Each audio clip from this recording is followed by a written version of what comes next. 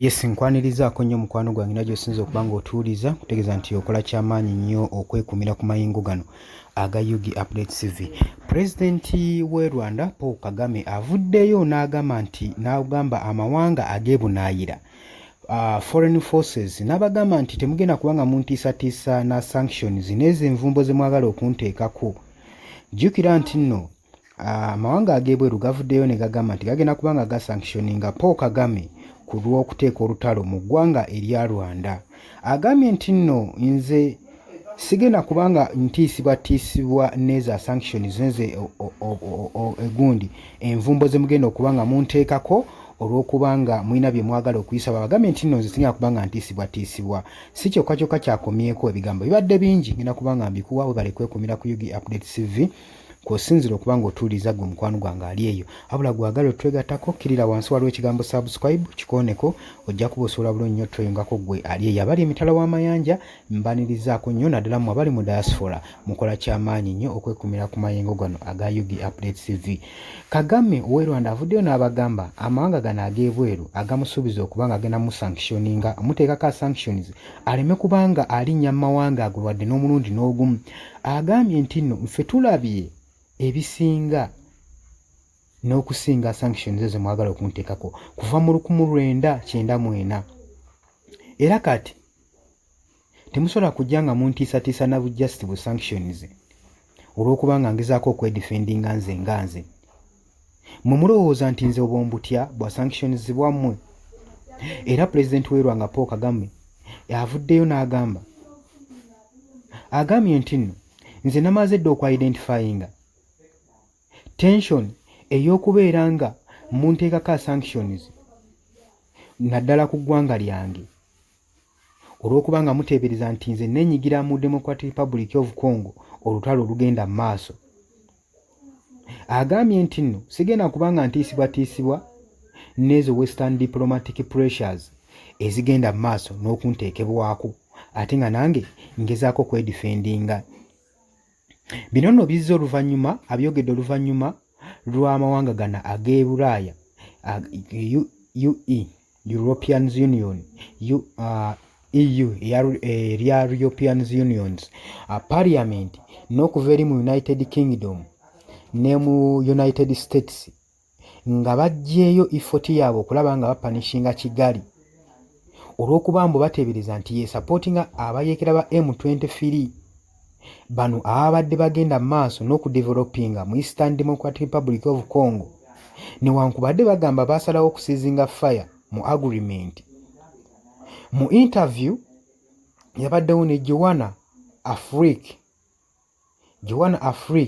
Kagame yarespondinze ng'agamba n'amaanyi amayitirivu mu abo bonna abagamba nti bagenda kwa sanctioninga Rwanda. Agamba nti Rwanda eyise mu mikuunu, eyise mu bintu ebizibu era tesobola kubanga etiisibwatiisibwa nabo external pressures obw'amawanga ag'ebweru. Agamba nti kuva eri nga tuyita mu bintu ebizibu, nga tuyita mu deals enzibu, nga tudiiringa nabyo ne muveeyo ne mugamba nti nno mutandike okuteekawo entiisa, mutandike okuba nga mudiiringa nange mupanishinge Rwanda olw'okuba akantu kamu kokka. Agambye nti nja kukyusa emmundu zange okusobola okulaba nga njijawo entiisa ezo ezigenda mu maaso. Agamba nti ebintu bingi bye tuzze tusiisibwatiisibwamu era ebigenda mu maaso n'okutiisibwa. Kati mwe temusobola kuva eri ne mutandika kuntiisatiisa nga ebintu ebirala eby'okutiisa mulinga abatabiraba nti tebiriwo. Agamba ffe tetudiringa na mbeera ez'akajja, embeera zino si zaakajja mu bulamu bwaffe. Agamba tufunye ebisingawo kuva eri mu 1994 ate kati musobola okujja ssaawa zino tebabalimba nti musobola okujja ssaawa zino mutandike okuntiisatiisa ne sanctions olw'okuba nga ngezaako okwedifendinga. Mumulowooza nti obwo bwa sanctions bwammwe mugenda mu maaso n'okunteekako. Kagame ow'e Rwanda avuddeyo mu ddoboozi ery'omwanguka era avuddeyo n'agamba nti history okuva eri emabega nga tusurvivinga ebintu ebizibu okuva eri mu 1999 mu Rwanda genocide. Mbawa example yagezaako okuba nga abagamba agamba nti nga myaka 3 egyayitawo mu commemoration mu speech eyaliwo agamba nti nawo abantu olugero lw'omukyala omukadde nga tannaba kuttibwa mu genocide eyaliwo mu ggwanga lyaffe. Omukyala ono yabuuzibwa alondewo engeri gy'ayagala okufaamu. Ansa ye yali nti ye yali ayagala kubanga awandulira abo amalusu mu maaso. Agamba nti omukadde ono bw'ati bwe yasalawo era bw'ekyo kyonnyini kye yakola. N'agamba kale kati musobola okuteebereza nti butya bwe ŋŋenda okubanga nange mpandulira abo bonna abanajja mu maaso gange abo abaŋŋamba nti ŋŋende mu maaso n'okulondawo okufa oba ki kye nnyina okufeesinga. Paul Kagame bw'ati bw'avuddeyo. Avuddeyo era n'arejectinga entiisatiisa zonna eziva mu mawanga ag'ebunaayira era ng'agamba awo bonna abansibako amatu g'embuzi okuva eri mu Democratic Republic of Congo naddala Kisekedi nti ye si diplomatically elected. Agamba nti ono yennyini agezaako okunsibako amatu g'embuzi teyalondebwa mu butongole. Paul Kagame agamba Kisekedi pulezidenti w'eggwanga erya Democratic Republic of Congo si pulezidenti mulonde.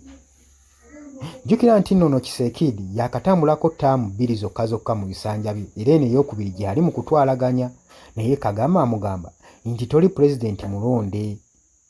Era y'ensonga lwaki akabinja kano aka M23 kaagala okuba nga kamuggyako basobole okuba nga balonda obukulembeze bwabwe obujja.